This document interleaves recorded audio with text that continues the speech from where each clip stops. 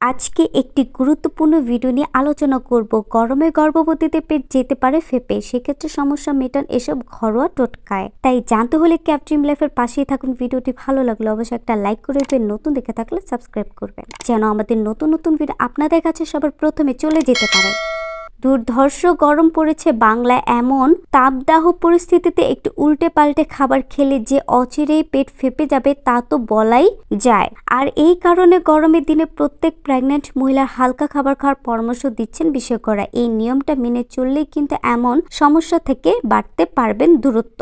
কিন্তু অনেক সময় লোভের বশে সব নিষেধাজ্ঞা ভুলে তেল মশলা সমৃদ্ধ খাবার খেয়ে ফেলেন গর্ভবতী নারীরা, আর তারপর পেট ফাঁপতে শুরু করে। তাই এই সমস্যা সহজ একটা সহজ সমাধান করা দরকার, আর সেই কাজ আপনাকে সাহায্য করে কয়েকটি ঘরোয়া টোটকার মাধ্যমে। তাই ঝটপট এইসব টোটকা সম্পর্কে বিশেষত জেনে নিন, তারপর বিপদে পড়লে এদের শরণাপন্ন হন, তাতেই কমবে কষ্ট।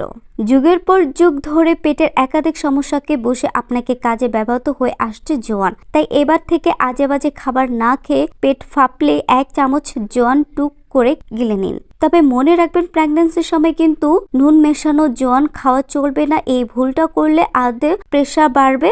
তার বদলে আপনাকে বরং নুন এবং মশলা বর্জিত জোয়ান নিয়মিত খান। আশা করছি তাহলে আপনার সুস্থ থাকার পথ প্রশস্ত হবে। এই সমস্যার সহজ সমাধান করতে চাইলে 1 টুকরো আদা ছোট ছোট করে চিবিয়ে খেতে পারেন, অথবা সম পরিমাণে আদা জল দিয়েও গিলে নিন। তাহলে গর্ভবতী নারীরা পেট ফাঁপার মতো সমস্যা থেকে মুক্তি পাবেন বলে একাংশের বিশেষজ্ঞদের দাবি। তাই গ্রীষ্মের দিনে এই সমস্যার ফাঁদে পড়লে এই টোটকার সাহায্য নিতে ভুলবেন না। জোয়ানের মতোই মৌরিতে এমন কিছু উপাদান রয়েছে যা হজম শক্তি বাড়াতে পারে, এমনকি পেট মজবুত অতিরিক্ত গ্যাস বের করে দেওয়ার কাজেও এটি জুড়ি মেলা ভার। তাই গর্ভবতী মহিলারা এমন কাজ করলে তার এবং তার বাচ্চা দুজনেরই উপকার হবে। এবার থেকে পেট ফাঁপা ও ব্লোটিং এর সমস্যায় আক্রান্ত হলে ঝটপট এবং চামচ মৌরি চিবিয়ে খেয়ে নিন। তাহলে এই কাজটা করলে কিন্তু আপনার উপকার পাবেন।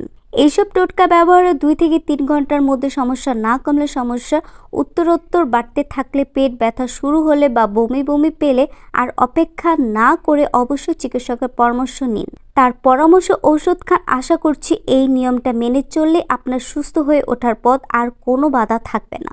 আজকের আলোচনা এই পর্যন্তই। ভালো থাকুক, সুস্থ থাকুক প্রতিটি মা ও শিশু, এই কামনা। সবাইকে ধন্যবাদ। আল্লাহ হাফেজ।